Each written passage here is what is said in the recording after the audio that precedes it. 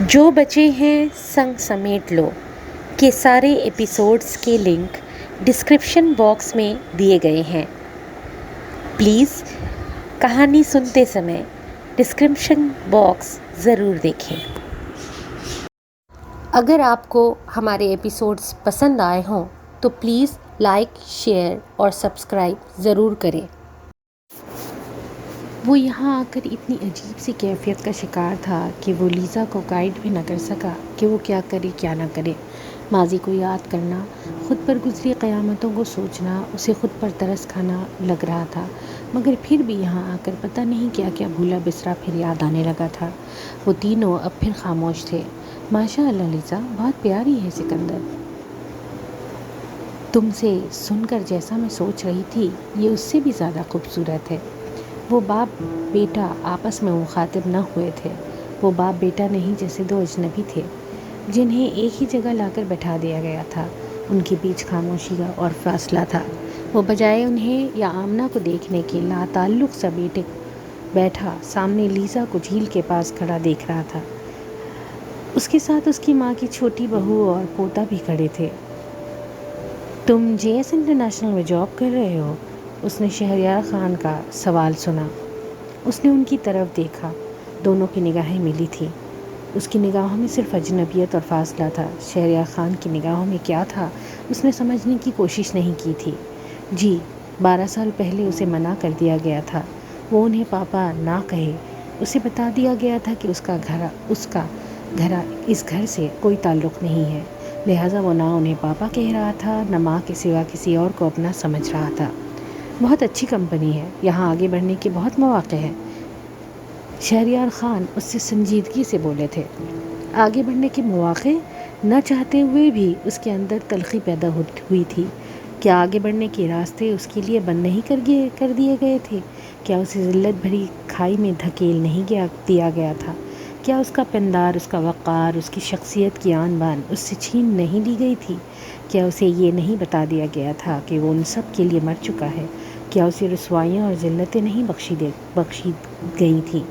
کم از کم ان لبوں پر اس کی ترقی اور آگے بڑھنے کی بات جچتی نہیں تھی۔ ان لبوں سے تو اس کی تباہی و بربادی کی باتیں اچھی لگا کرتی تھی۔ اس سے اظہار نفرت اور اعلان لا تعلقی ہی سجا کرتے تھے، اور وہ اپنے چہرے پر کسی بھی طرح کے جذبات کو آنے نہیں دے رہا تھا۔ اس نے اپنے چہرے کو مکمل طور پر سپاٹ، سرد اور غیر جذباتی بنا رکھا تھا۔ علی پانی کے پاس جھک کر کھڑا رنگ برنگی مچھلیوں کو خوش ہو کر دیکھ رہا تھا۔ وہ دونوں اس کے پاس کھڑی تھیں۔ سکندر بھائی کی پسند لاجواب ہے۔ میں نے جب امو جان سے سنا تھا سکندر بھائی کی ہونے والی بیوی اٹالین ہے، تصور میں تمہارا ایک خاکہ بنایا تھا۔ اٹالین مرد اور عورتیں بہت خوبصورت ہوتے ہیں نا؟ نویرا بے تکلفی سے اسے بولی تھی۔ تھینکس، تم اردو کیسے بول لیتی ہو؟ ہم تو سمجھ رہے تھے ہمیں تم سے انگلش میں بات کرنی پڑے گی۔ میں مکمل اٹالین نہیں ہوں، میرے پاپا پاکستانی ہیں۔ ہاں، یہ تو مجھے پتہ ہے، امو جان نے بتایا تھا، مگر تم دیکھنے میں بالکل اٹالین لگتی ہو۔ اگر اردو نہ بولو اور یہ پاکستانی ڈریس نہ پہنو تو تم مکمل طور پر اٹالین لگتی ہو۔ یہاں سکندر نہیں تھا، اس لیے وہ جواباً کھل کر مسکرائی۔ وہ یہاں سکندر کے حوالے سے ان لوگوں سے مل رہی تھی، مگر اس سے خود سے بے تحاشا خوش اخلاقی، گرم جوشی اور محبت سے ملتی اس لڑکی سے رکھائی نہیں برتی جا رہی تھی۔ سب یہی کہتے ہیں، ایکچولی میں شکل صورت میں اپنی ممی پر گئی ہوں۔ تم میری بہن سے ملو تو وہ تمہیں بالکل پاکستانی لگے گی، وہ شکل صورت میں میرے پاپا پر ہے۔ نویرا نے جواباً مسکرا کر سر ہلا دیا تھا۔ تو تم سکندر بھائی سے کہاں ملی؟ روم میں؟ واو، سو رومانٹک۔ اتنی رومانٹک جگہ پر مل کر تو یہ رشتہ بننا ہی تھا۔ کیا سکندر بھائی نے ٹریوی میں 3 کوائس سکے اچھالے تھے؟ نویرا ہنستے ہوئے پوچھ رہی تھی۔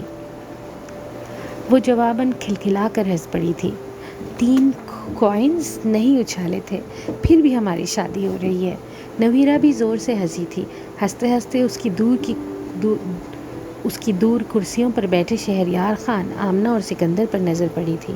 سکندر اپنے نپے تلے سنجیدہ سے انداز میں آمنہ سے باتیں کر رہا تھا۔ سکندر اور شہریار خان کے بیچ وہ کرسی خالی تھی جس پر وہ بیٹھی ہوئی تھی۔ اس نے دیکھا کہ شہریار خان بظاہر وہاں بیٹھے موبائل پر کسی سے بات کر رہے تھے، مگر ان کی نگاہیں مسلسل سکندر پر تھیں۔ اسے شہریار خان کی شخصیت بڑی الجھی ہوئی سی لگی۔ وہ خود کو ظاہر اور کچھ اور کر رہے تھے اور ان کے اندر کچھ اور تھا۔ وہ بظاہر فخر و غرور سے سر تانے بیٹھے تھے۔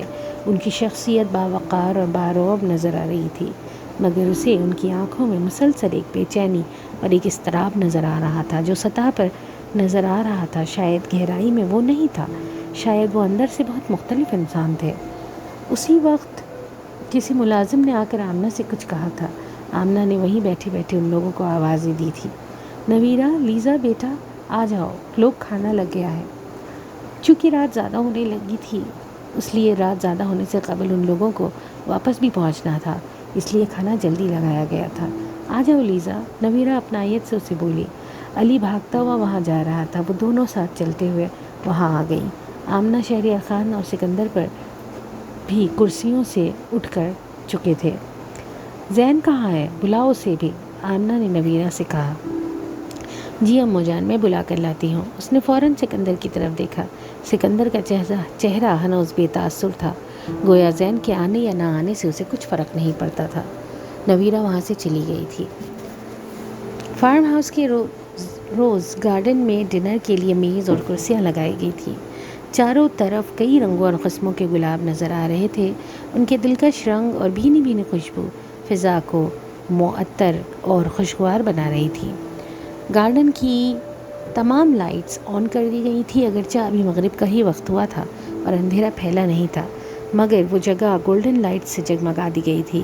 گارڈن سے اس پار قدرے فاصلے پر باربیکیو ہو رہا تھا اور گرم گرم نان بھی وہیں لگ رہے تھے۔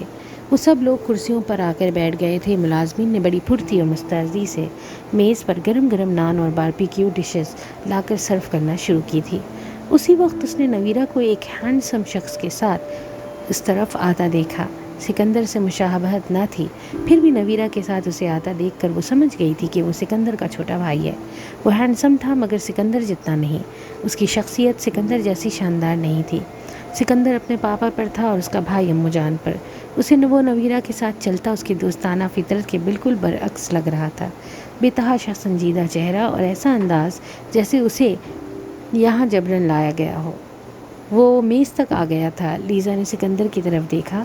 وہ زین کو نظر انداز کر کے اپنے موبائل پر آیا کوئی میسج دیکھنے لگا تھا۔ زین نے بھی میز پر بیٹھے تمام لوگوں کی طرف دیکھا تھا سوائے سکندر کے۔ وہ دونوں ایک دوسرے کو نظر انداز کر رہے تھے۔ السلام علیکم۔ زین بطور خاص کسی کو بھی مخاطب کیے بغیر سلام کرتا ہوا کرسی پر بیٹھ گیا تھا۔ میز پر بیٹھے جیسے جس فرد کا دل چاہے وہ یہ سمجھ لے کہ اس نے اسے سلام کیا ہے۔ وہ سکندر کے برابر بیٹھی تھی اور سکندر کی دائیں جانب آمنہ بیٹھی تھی۔ زین سامنے والی کرسی پر نویرہ کے ساتھ بیٹھ گیا تھا۔ علی شہریار خان کے برابر بیٹھا تھا۔ اسے دونوں بھائیوں کے چہروں پر تناؤ اور سختی نظر آ رہی تھی۔ وہ دونوں ایک دوسرے کی طرف نہیں دیکھ رہے تھے۔ باقی تمام افراد ماحول کی اس ٹینشن کو بظاہر نظر انداز کرتے دکھائی دے رہے تھے، مگر در حقیقت وہ سب اس تناؤ کو پوری طرح محسوس کر رہے تھے۔ لیزا، تم ٹھیک سے لو نا بیٹا، اس نے شہریار خان کی آواز سنی۔ اس نے نظریں اٹھا کر انہیں دیکھا۔ نہ جانے کیوں اسے اس کی نگاہوں میں ایک باپ کی بے بسی نظر آئی۔ نویرہ میاں کا موڈ دیکھ کر اس وقت بالکل خاموش تھی۔ آمنہ اور شہریار خان ماحول کی گمبھیرتا اور تناؤ کو کم کرنے کی کوشش کر رہے تھے۔ ہاں لیزا، لو بیٹا، آمنہ بھی فوراً بولی۔ میں لے رہی ہوں، وہ ہلکی مسکراہٹ کے ساتھ بولی۔ سکندر نے اپنی پلیٹ میں تھوڑا سا سالڈ ڈال رکھا تھا۔ وہ پلیٹ میں کانٹا ادھر ادھر کر کے گھما رہا تھا بے رغبتی کے ساتھ۔ یہ سلاد بھی جیسے اسے مروتاً اور مجبوراً کھا لیا تھا۔ شہریار خان نے ملازم کو آواز دے کر بلایا تھا۔ ملازم دوڑا دوڑا فوراً وہاں آ گیا۔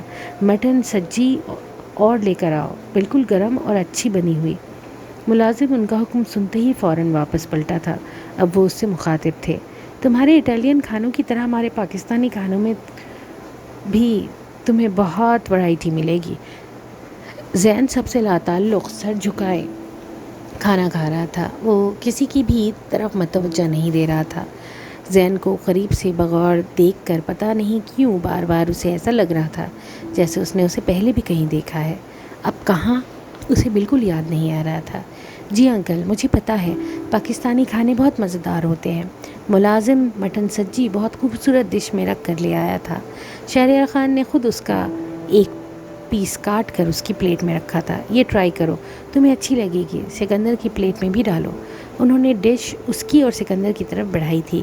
اس نے محسوس کیا آمنہ اور نویرہ شہریار خان کو حیرت سے تھوڑی تھوڑی دیر بعد یوں دیکھ رہی تھی جیسے کہ وہ اپنے مزاج سے ہٹ کر کچھ کام کر رہے تھے۔ تمہیں دو سکندر؟ اس نے آہستگی سے اس سے پوچھا۔ اس نے سنجیدگی سے نفی میں سر ہلا دیا۔ اس نے شہریار خان کی طرف دیکھا، وہ اسے اور سکندر ہی کو دیکھ رہے تھے۔ سکندر کا انکار میں ہلتا ہوا سر انہوں نے دیکھا تھا۔ اسے ایک بار پھر شہریار خان کے چہرے پر غم اور بے بسی نظر آئی تھی۔ زین ہر چیز کھا رہا تھا اس طرح جیسے یہاں صرف اور صرف کھانا کھانے ہی کے لیے آ کر بیٹھا تھا۔ سب کھانا کھا چکے تب کھانے کی میز سے سب سے پہلے اٹھنے والا زین تھا۔ تم کہاں چلے؟ سر میں تھوڑا درد ہے پاپا، کمرے میں ریسٹ کروں گا، سنجیدگی سے بولتا وہ فوراً وہاں سے جانے کے لیے مڑا تھا، بغیر ان دونوں کو خدا حافظ کہے، جیسے وہ سکندر اور اس کی ہونے والی بیوی سے مخاطب ہونا تو کیا ان کی شکلیں بھی دیکھنے کا روادار نہ تھا۔ اسے زین اچھا نہیں لگا تھا، جو بھی ناراضگی تھی، مگر اس کا بھائی پورے 12 سال بعد اس کے سامنے آیا تھا، کیا وہ مروتاً بھی بھائی کے ساتھ سلام دعا نہیں کر سکتا تھا؟ سکندر کا دکھ اس نے پھر نئے سرے سے محسوس کیا تھا۔ ظلم بھی اسی کے ساتھ ہوا تھا اور مجرموں جیسا سلوک بھی اسی کے ساتھ کیا جا رہا تھا، بجائے اس پر ہوئے ظلم پر شرمندہ ہونے کے۔ وہ تو ابھی تک اس کے خلاف دل میں نفرت لے کر بیٹھا تھا۔ وہ سب بھی میز پر سے اٹھ گئے تھے۔ زین اندر جا چکا تھا۔ میرا خیال ہے ہمیں اب چلنا چاہیے، سکندر نے سنجیدگی سے آمنہ سے بولا۔ سب ساتھ کافی پی لیتے ہیں پھر چلے جانا، شہریار خان نرم لہجے سے سکندر سے بولے۔ دیر ہو جائے گی، لیزا کے پاپا گھر پر اس کا انتظار کر رہے ہوں گے۔ وہ جواباً سنجیدگی سے ہی بولا تھا، دو ٹوک سے انداز میں، گویا وہ یہاں مزید نہیں ٹھہرنا چاہتا تھا۔ اسے جانے پر آمادہ دیکھ کر شہریار خان نے نویرہ کو کچھ اشارہ کیا تھا۔ وہ فوراً وہاں سے چلی گئی تھی۔ وہ سب آہستہ قدموں سے چلتے روز گارڈن سے باہر نکل رہے تھے۔ وہ لوگ واپس وہیں آ گئے تھے جہاں پر یہاں آنے کے بعد بیٹھے تھے، جھیل کے نزدیک والی جگہ۔ نویرہ تیزی سے واپس آئی تھی۔ اس کے ہاتھ میں ایک جیولری باکس تھا۔ نویرہ نے وہ جیولری باکس آمنہ کو لا کر پکڑایا تھا۔ باکس کا سائز بتا رہا تھا اس میں سونے کی چوڑیاں یا کنگن ہونے چاہیے تھے۔ وہ ایک دم گھبرا گئی تھی۔ اس نے پریشان ہو کر سکندر کی طرف دیکھا تھا۔ کیا اسے کوئی تحفہ یہاں سے لینا تھا یا نہیں لینا تھا؟ بہت اچھی لگی ہو تم مجھے، اللہ تمہیں اور سکندر کو ڈھیر ساری خوشیاں دے، تمہارے دل یوں ہی محبت سے ملے رہیں۔ آمنہ نے دعائیں دیتے ہوئے وہ باکس لیزا کی طرف بڑھایا تھا۔ یہ چھوٹا سا تحفہ تمہارے لیے میری طرف سے۔ اس سے پہلے کہ وہ کچھ کہہ پاتی، سکندر ان سے بولا، اس کی ضرورت نہیں ہے امو جان، کسی بھی تحفے سے زیادہ قیمتی ہمارے لیے آپ کی دعائیں ہیں، آپ بس ہمیں اپنی دعائیں دیں۔ اس کا لہجہ عزت اور احترام لیے مہذب سا تھا، مگر اس کی نگاہوں میں سختی اور انکار تھا۔ وہ یہاں سے کچھ نہیں لے گا، نہ اپنے لیے نہ اپنی بیوی کے لیے۔ پھر بھی بیٹا، میری خوشی تھی، میری بہو پہلی بار مجھ سے ملنے آئی ہے۔ آمنہ کا لہجہ مرجھا سا گیا تھا، مگر اس وقت سکندر نے ماں کے لہجے میں شامل دکھ کو ان کی آنکھوں میں در آئی نم کو نظر انداز کر دیا تھا۔ تو آپ نے اسے اتنی ڈھیر ساری دعائیں تو دی ہیں نا، دنیا کا قیمتی سے قیمتی تحفہ آپ کی دعاؤں سے بڑھ کر نہیں ہو سکتا۔ وہ خاموش تماشائی کی طرح ماں اور بیٹے کی گفتگو سن رہی تھی۔ اس نے شہریار خان کو آمنہ کی طرف اشارہ کرتے دیکھا کہ وہ سکندر سے مزید اصرار نہ کریں، جیسے وہ سمجھ گئے تھے سکندر سے کتنا بھی اصرار کر لیا جائے وہ یہاں سے ایک کنکر یا پتا تک لے جانے کا روادار نہ ہوگا۔ اس نے صرف آمنہ ہی کہ نہیں، شہریار خان کے چہرے پر بھی مایوسی پھیلتی دیکھی۔ اس کی طرح نویرہ بھی اس سچویشن میں بالکل خاموش تھی۔ آمنہ شوہر کا اشارہ سمجھ کر خاموش ہو گئی تھی۔ اچھا بیٹا، جیسی تمہاری خوشی۔ واپسی میں نویرہ اور آمنہ کے ساتھ شہریار خان بھی انہیں رخصت کرنے آئے تھے۔ آمنہ نے اسے گلے لگا کر پیار کیا تھا۔ ابھی ہو نا تم دونوں یہاں پر؟ جی امو جان۔ وہ سکندر کو اس کے ہر رویے کے لیے 100% سمجھ رہی تھی، مگر پھر بھی اس پل اسے اس کے ماں باپ سے بہت ہمدردی محسوس ہوئی تھی۔ وہ بہت دکھی لگے تھے۔ آمنہ اب سکندر سے مل رہی تھی، اسے پھر گلے لگا رہی تھی۔ کل مجھ سے ملو گی نا؟ سکندر نے سر اس بات پہ ہلا دیا۔ اللہ حافظ۔ اسے محسوس ہوا تھا کہ آمنہ کے ملنے جلنے کے بعد شہریار خان سکندر کی طرف بڑھے تھے، مگر ان کے بڑھنے سے پہلے سکندر سب کو اللہ حافظ کہتا گاڑی میں بیٹھنے لگا تھا۔ اللہ حافظ انکل، اس نے انہیں الوداع کہا تھا۔ انہوں نے بزرگانہ شفقت کے ساتھ اس کے سر پر ہاتھ پھیرا تھا۔ خوش رہو بیٹا۔ اس نے نظریں اٹھا کر ان کی طرف دیکھا تھا تو اسے ان کی نظروں میں دکھ اور بے بسی نظر آئی تھی۔ نویرہ سے بھی خوشگوار انداز میں گلے مل کر وہ گاڑی میں بیٹھ گئی تھی۔ ڈرائیور نے گاڑی سٹارٹ کر دی تھی۔ وہ تینوں افراد وہیں کھڑے انہیں جاتا ہوا دیکھ رہے تھے۔ نویرہ اور آمنہ ہاتھ ہلا کر انہیں خدا حافظ کر رہی تھی۔ شہریار خان سنجیدہ کھڑے تھے، ان کے چہرے پر ابھی بھی دکھ اور بے بسی نظر آ رہی تھی۔ واپسی میں سارا راستہ سکندر بالکل خاموش تھا۔ اسے وہ بہت تنہا، بہت دکھی اور بہت اداس لگ رہا تھا۔ ایسا لگ رہا تھا اس کا تلخ ترین ماضی کسی آسیب کی طرح اس کے پیچھے چلا آیا تھا۔ وہ بہت ڈسٹرب لگ رہا تھا۔ کیا سوچ رہے ہو؟ کچھ نہیں۔ اداس ہو؟ ہاں۔ میرے ہوتے ہو اداس کیوں ہو رہے ہو؟ میں تمہارے ساتھ ہوں، میں ہمیشہ تمہارے ساتھ رہوں گی، چاہے ساری دنیا تمہارے خلاف ہو جائے تب بھی میں تمہارے ساتھ ہوں گی۔ لیزا، تمہاری یہ محبت، تمہارا یہ ساتھ ہی اب میرے لیے زندگی گزارنے کی وجہ ہے۔ تم ساتھ ہو تو اب میں خود کو زندگی کو محسوس کر رہا ہوں، تم ساتھ ہو تو میں خواب دیکھ رہا ہوں، تم ساتھ ہو تو زندگی ہے لیزا۔ وہ سکندر کے ہر لفظ میں سچائی پا رہی تھی۔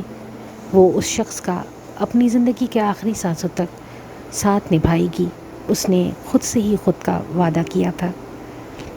سکندر اسے محمود خالد کے گھر ڈراپ کر کے اپنے ہوٹل چلا گیا تھا۔ وہ اندر داخل ہوئی تو لاؤنج میں محمود خالد اور عائشہ کے ساتھ سیم اور ہاشم بھی بیٹھے نظر آئے۔ سیم کے ساتھ ساتھ ہاشم بھی اسے دیکھتے ہی صوفے سے کھڑا ہوا تھا۔ اپنی بہن کی زندگی اجاڑنے والے اس شخص سے اسے نفرت بھی تھی، پھر بھی وہ مصلحتاً اس سے مسکرا کر ملی تھی۔ اتنا قریبی رشتہ اور ہم اتنے عرصے بعد مل رہے ہیں لیزا، ہاشم اس سے مسکرا کر بولا۔ مریم جب بھی لندن یا روم تم سے ملنے جاتی تھی میں اس سے کہتا بھی تھا کہ میں بھی چلتا ہوں، اپنی اکلوتی سالی صاحبہ سے ایک بار ملاقات کا شرف تو حاصل ہو جائے، مگر یہ مریم مجھے منع کر دیتی تھی۔ اب پوچھو اس سے یہ مجھے تم سے کیوں نہیں ملواتی تھی؟ وہ دوستانہ و بے تکلفانہ انداز میں بولا تھا۔ ایسے ہی بول رہا ہے ہاشم، خود کے پاس ٹائم نہیں ہوتا ہے بزنس ٹرپ سے ہٹ کر کہیں جانے کا۔ سیم جواب دیتے ہوئے اس سے گلے ملنے لگی تھی۔ کتنی دیر سے آئی ہو تم سے ملنے کے لیے؟ تم پتہ نہیں کہاں گھومتی پھر رہی ہو؟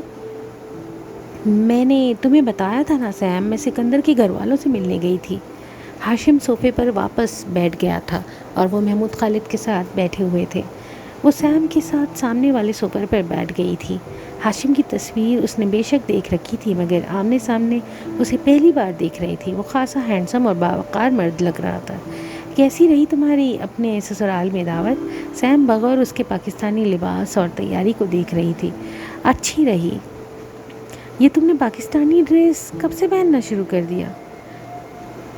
سیم اس سے ہنس کر بولی۔ اس کا اندازہ قدرے مذاق اڑانے والا تھا۔ وہ اپنی تیاری کے متعلق ٹچی رہتی تھی۔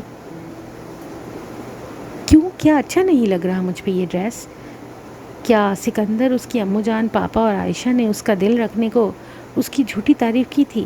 کیا واقعی یہ لباس اس پر اچھا نہیں لگ رہا تھا؟ سیم کہہ رہی تھی تو ایسا ہی ہوگا۔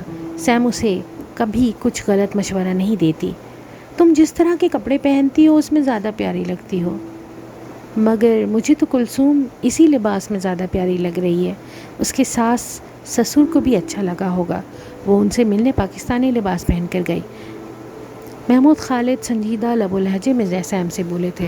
ان کا انداز ایک نامحسوس سے سختی لیے ہوئے تھا۔ وہ حیران ہو کر اپنے پاپا کو دیکھ رہی تھی۔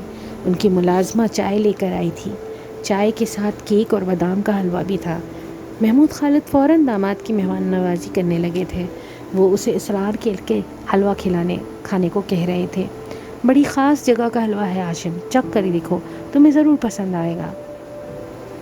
وہ ہاشم کی پلیٹ میں خود حلوہ ڈال رہے تھے۔ بیٹی کے ساتھ تلخ لہجہ اور داماد کی آوبھگت اسے اپنے پاپا کا انداز سمجھ نہیں آیا تھا۔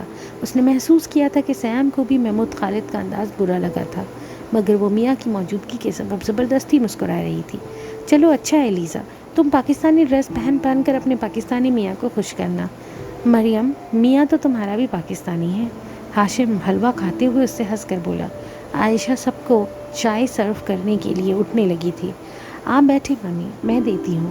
سیم نے انہیں پیار سے منع کیا تھا۔ وہ خود سب کو چائے سرو کرنے لگی تھی۔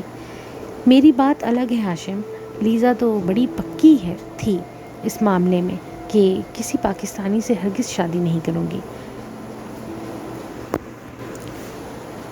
پاکستانی مردوں سے سخت نفرت کرتی تھی۔ اسے سیم کے جملے میں کوئی بھی بات بری یا قابل اعتراض نہیں لگی تھی، مگر اس نے محمود خالد کے چہرے پر پھر سختی اور غصہ آتے دیکھا تھا۔ وہ غصہ کو دبا رہے تھے، انہیں سیم کی بات بری لگ رہی تھی۔ وہ بظاہر مسکرا کر سیم سے بولے تھے، انسان کی سوچ اور خیالات میں تبدیلی آتی رہتی ہے مریم۔ میں آج سکندر سے ملا ہوں، مجھے وہ بہت اچھا لگا۔ میں کلثوم کے فیصلے سے بہت مطمئن ہوں۔ ان کی مسکراہٹ کے باوجود ان کی آنکھوں میں سختی نظر آتی تھی۔ ان کے لہجے اور آنکھوں میں سیم کے لیے ایک نامحسوس سی سختی اور تنبیہ تھی۔ بظاہر کچھ محسوس نہ ہو، مگر وہ سننے والا محسوس کر جائے گا کہ کہیں کوئی رنجش ہے دلوں میں۔ سیم پر ظلم کر کے کیا اب بھی پاپا اس سے ناراض تھے؟ ناراض سیم کو ہونا چاہیے تھا، مگر ناراض وہ تھے۔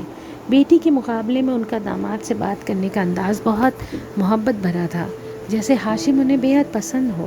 اسے تھوڑی سی دیر ہی میں اندازہ ہو گیا تھا کہ اس کے پاپا سیم سے ناخوش تھے، اسے خفا تھے۔ پتہ نہیں ہاشم اور عائشہ کو یہ بات پتہ تھی یا نہیں پتہ تھی۔ جب وہ چند لمحوں میں ان کے لہجے کی سختی محسوس کر گئی تو کیا ہاشم اور عائشہ نہیں کرتے ہوں گے؟ پہلے سیم کی شادی زبردستی اس کی مرضی کے خلاف کروا دی، صرف اپنے کاروباری فائدے کے لیے، اور اب اس سے خفا بھی ہیں۔ اس کی نگاہوں میں باپ کی یہ برائی اور بڑھی تھی۔ پھر کب ملوا رہی ہو تم مجھے سکندر سے؟ سیم نے محمود خالد کی بات پر کچھ خاص دھیان دیے بغیر اس سے پوچھا۔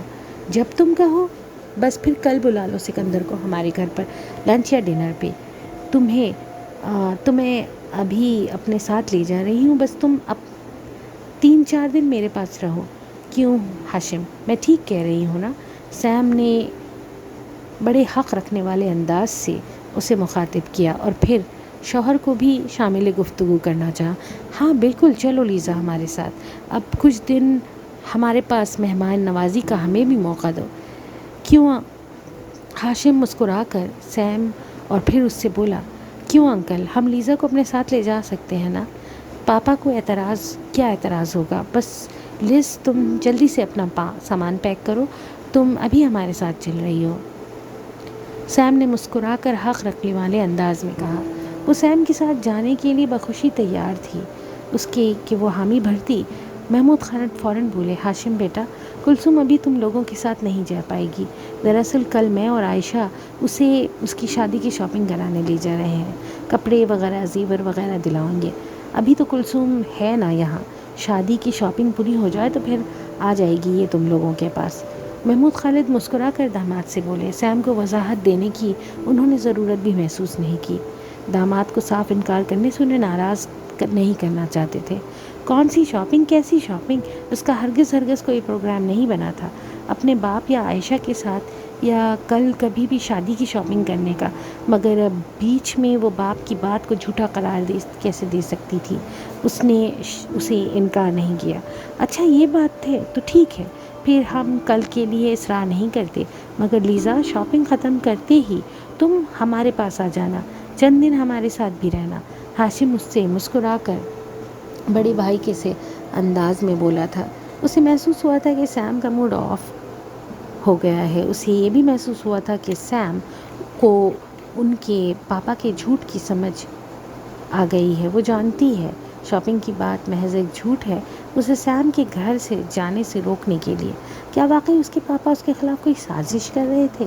کیا وہ واقعی اپنی سازش کا کامیاب کروانے کے لیے سیم کو اس سے دور رکھ رہے تھے تاکہ سیم اس کی کوئی مدد نہ کر سکے؟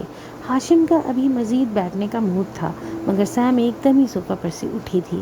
میرا خیال ہے ہاشم اب ہمیں چلنا چاہیے، پاپا جلدی سو جاتے ہیں، ان کے سونے کا وقت ہو گیا ہے۔ ارے ایک آدھ دن دیر سویر چلتی ہے، تم لوگ بیٹھو، مزہ آ رہا ہے، سب ساتھ بیٹھتے ہیں۔ عائشہ مسکرا کر سیم سے فوراً بولی، نہیں ممی میں پھر آؤں گی۔ اسے سیم جھنجھلائی ہوئی اور خفا لگ رہی تھی۔ وہ زبردستی مسکرا رہی تھی مگر اس کا موڈ بہت خراب تھا۔ سیم اور ہاشم کے چلے جانے کے بعد وہ اپنے کمرے میں آ گئی تھی۔ وہ کچھ الجھی ہوئی سی تھی۔ اسے اپنے پاپا کا سیم کے ساتھ سخت انداز پسند نہیں آیا تھا۔ اس کی کمرے کے دروازے پر دستک ہوئی تھی۔ بیٹا میں اندر آ جاؤں؟ محمود خالد نے دروازہ تھوڑا سا کھول کر اس سے پوچھا۔ جی پاپا آئیے پلیز۔ وہ بیڈ پر بیٹھی ہوئی تھی۔ محمود خالد اندر آ گئے تھے۔ وہ بے تحاشا سنجیدہ تھی۔ وہ اس کے پاس بیٹھ کر بیڈ پر بیٹھ گئے تھے۔ سوئی نہیں ابھی تک؟ جی بس سونے لگی تھی۔ جب وہ چھوٹی تھی اس کے پاپا اس کے پاس اس سے بات کرنے کی فرصت بھی نہ تھی۔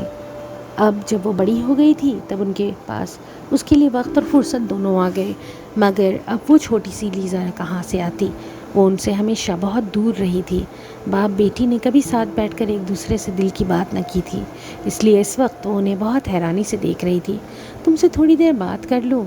آج میرا دل چاہ رہا ہے تم سے دل کی باتیں کرنے کا، انہوں نے رسانیت سے اس سے پوچھا اور لیزا نے سر اس بات پر ہلایا۔ میں جانتا ہوں کلثوم، تمہیں مجھ سے بہت شکایتیں ہیں، مجھے خود اپنے آپ سے بھی بہت شکایتیں ہیں بیٹا، بس تم بہنوں کے لیے ایک اچھی ماں نہ لا سکا۔ میں نے ایک بری عورت سے شادی کی، یہ میری زندگی کی سب سے بڑی غلطی تھی۔ پھر جب میں نے اپنی اس غلطی کو ٹھیک کرنا چاہا تب شاید بہت دیر ہو چکی تھی۔ میری اس غلطی کو ٹھیک کرنے کی کوشش میں تم نے بہت سفر کیا اور مریم، وہ سیم کا ذکر کر کے کچھ بولتے بولتے رک گئے۔ خیر چھوڑو اس بات کو، وہ اسے کچھ بتاتے بتاتے چپ ہو گئے۔ ماضی میں جو ہو چکا وہ ہو چکا کلثوم، ہم میں سے کوئی بھی اب اسے تبدیل نہیں کر سکتا۔ میں چاہتا ہوں تمہارے دل میں میرے لیے جتنی بھی ناراضگیاں ہیں تم اسے نکال دو، اپنی نئی زندگی کا آغاز کرو۔ میں تمہارے ساتھ ہوں، میری دعائیں تمہارے ساتھ ہیں۔ تم میری بہت پیاری بیٹی ہو، تم نے شادی کے لیے ایک اچھے شخص کا انتخاب کیا ہے۔ مجھے سکندر بہت پسند آیا ہے، میں نے اس کی آنکھوں میں سچائی اور تمہارے لیے محبت دیکھی ہے۔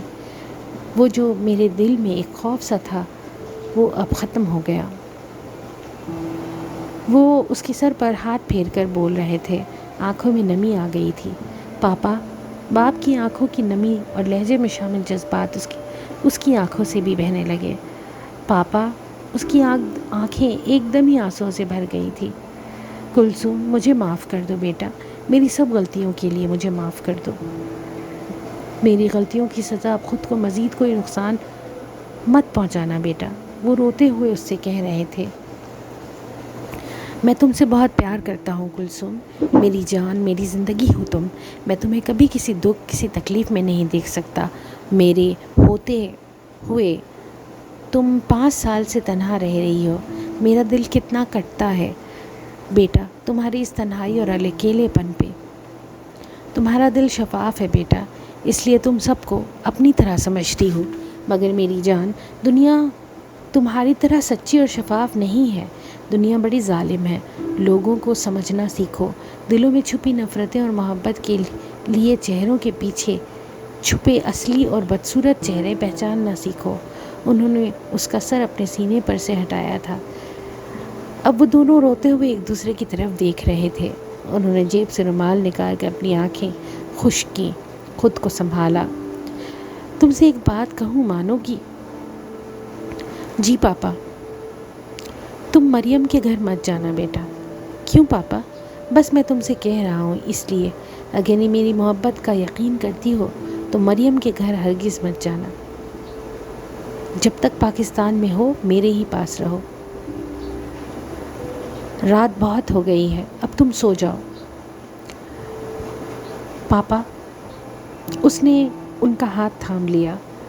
پاپا آئی لو یو۔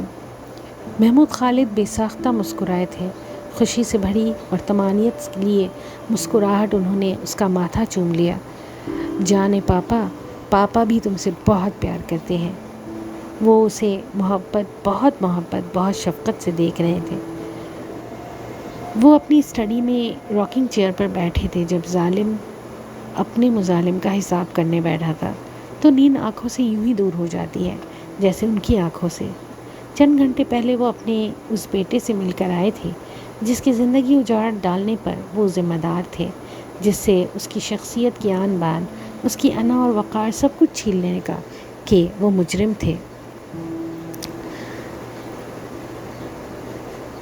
اس نے ان کے گھر کا کھانا بھی گوارا نہیں کیا۔ اس نے اپنی ہونے والی بیوی کو ان کا دیا تحفہ بھی قبول نہیں کرنے دیا۔ جویلر کو گھر بلا کر انہوں نے آمنہ کے ساتھ بیٹھ کر خود لیزا کو دینے کے لیے سونے کے 4 کنگن خریدے تھے، مگر وہ اسے دے نہ پائے۔ وہ بالکل دور سے ایئرپورٹ پر چھپ کر کھڑے اسے دیکھتے رہے، لیکن وہ اس سے آگے بڑھ کر مل نہ پائے۔ ان کے اس سخت اور کھردرے مزاج کا ذمہ دار کوئی اور نہیں، ان کا اپنا سگا باپ تھا۔ انہوں نے ہوش سنبھالتے ہی اپنے باپ کو بہت سخت مزاج انسان پایا تھا۔ وہ حاکمانہ طبیعت کے حامل تھے۔ بیوی بچوں پر رعب رکھنے کے لیے شہریار خان اپنے بابا کے اکلوتے بیٹے تھے، مگر ان کی کبھی مجال نہ ہوئی تھی کہ باپ سے بے تکلف بات چیت کر سکیں۔ باپ تک اپنی ہر خواہش اور فرمائش پہنچانے کے لیے وہ تینوں ماں کا سہارا لیا کرتے تھے۔ ان کی امی جی جو ان کے بابا کے آگے جھکی کسی کنیز کی طرح رہا کرتی تھی، انہیں تو ایسا لگتا تھا امی جی بھی بابا سے بات کرتے ہوئے ڈرتی تھی۔ بہت محتاط ہو کر، ان کا موڈ دیکھ کر، ایک ایک لفظ ناپ تول کر وہ ان سے بات کرتی تھی۔ پتہ نہیں بابا کسی سے خوش ہو کر ہنس کر بے تکلفی سے بات کرتے بھی تھے کہ نہیں، کم از کم بیوی بچوں کے ساتھ تو انہوں نے کبھی خوشگوار انداز میں مسکرا کر باتیں نہیں کی تھی، ہمیشہ حکم سے ہی صادر کیے تھے، ہمیشہ اپنے فرمان منوائے تھے۔ خاندانی جاہ و جلال، روپیہ پیسہ، عالیشان گھر، گاڑیاں، گھر میں سب کچھ تھا، مگر وہاں ان کی امی جی اور ان بھائی بہنوں کو چوں کرنے کی بھی اجازت نہ تھی۔ ان کے کیمرے سے پڑھ کر آئے بابا کا رویہ بیوی کے ساتھ ادنا غلاموں والا ہوتا تھا۔ ان کے گھر میں جوائنٹ فیملی سسٹم تھا۔ وہاں ان کی دادی بھی تھی، چچا اور چچی بھی تھے، اور ان دونوں کا چند ماہ کا بیٹا بھی تھا۔ چچی عین گھر میں بیاہ کر نہیں آئی تھی۔ وہ خاصی شوخ و چنچل تھی۔ وہ بے تحاشا خوبصورت تھی، اداکارہ جیسی لگتی تھی، اور کبھی کسی فلمی اداکارہ سے بھی زیادہ حسین۔ اندرون سندھ ان کی زمینیں بھی تھیں اور فیکٹریاں بھی، جن کے تمام معاملات چچا سنبھالا کرتے تھے، سو انہیں ہر ہفتے شہر سے باہر جانا ہوتا تھا، کبھی 1 دن کے لیے، کبھی 2-3 دنوں کے لیے۔ کراچی میں تمام کاروباری معاملات ان کے بابا دیکھا کرتے تھے۔ دادی بہت ضعیف اور بیمار تھی جب سے ان پر فالج کا حملہ ہوا تھا۔ وہ اپنے کمرے سے بغیر کسی ملازمہ کے مدد اور ویل چیئر کے باہر نہیں نکل سکتی تھی، سو ان کا زیادہ تر وقت کمرے میں ہی گزارا کرتا تھا۔ ان کے بابا اور چچا آتے جاتے وہاں کی خیر و عافیت دریافت کیا کرتے تھے۔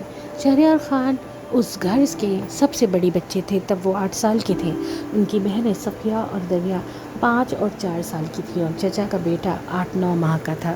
انہوں نے اپنے بابا کو کام کی بات کے علاوہ کبھی چچی سے کوئی زیادہ بات چیت کرتے نہیں دیکھا تھا۔ چچا سے بھی وہ عمر میں خاصے بڑے تھے، تو ان پر بھی بڑے بھائیوں والا رعب رکھا کرتے تھے۔ دادا ابا کے انتقال اور دادی کی معذوری کے بعد ان کے بابا ہی عملی طور پر اس گھر کے سربراہ تھے۔ ایک رات انہیں نیند نہیں آ رہی تھی۔ رات کا 1-1:30 بج رہا تھا۔ وہ پانی پینے کے لیے کمرے سے باہر نکلے، تبھی انہوں نے بابا کو اپنے کمرے سے نکلتے اور دبے پاؤں چل کر چچا کے کمرے کی طرف جاتے ہوئے دیکھا۔ وہ فوراً ستون کے پیچھے ہو گئے تھے۔ بابا کا انداز تھا ہی ایسا، چوروں جیسا۔ وہ ہر طرف چوکنی نگاہوں سے دیکھ رہے تھے۔ چچا کے کمرے کے دروازے پہ پہنچ کر بھی بابا نے مڑ کر چاروں طرف نگاہیں دوڑائی تھی، کہیں پر بھی کوئی نہیں ہے، یہ اطمینان کرنے کے لیے۔ بعد میں وہ اندر چلے گئے تھے۔ چچا تو شہر سے باہر گئے ہوئے تھے، پھر بابا اتنی رات کو ان کے کمرے میں کیوں گئے تھے؟ ان کے دل کو بے چینی اور بے سکونی ہو رہی تھی۔ وہ دبے پاؤں بغیر کچھ آواز پیدا کیے چل رہے تھے۔ وہ رات کے اندھیرے اور سناٹے سے ڈرے بغیر گھر کے رہائشی حصے سے باہر بیک یارڈ میں نکل آئے تھے، جہاں چچا کے کمرے کی بیک تھی۔ انہوں نے وہاں پنجوں کے بل خود کو اونچا کھڑا کر کے کھڑکی سے اندر جھانکا۔ کمرے میں موجود لوگوں کو شاید اتنی رات گئے بیک یارڈ میں کسی کی موجودگی کی توقع نہیں ہوگی، سو کھڑکی پر پردے گرانے بھول گئے ہوں گے، یا پھر شاید نفس سے کچھ سوچنے سمجھنے کی مہلت نہ دی گئی ہوگی۔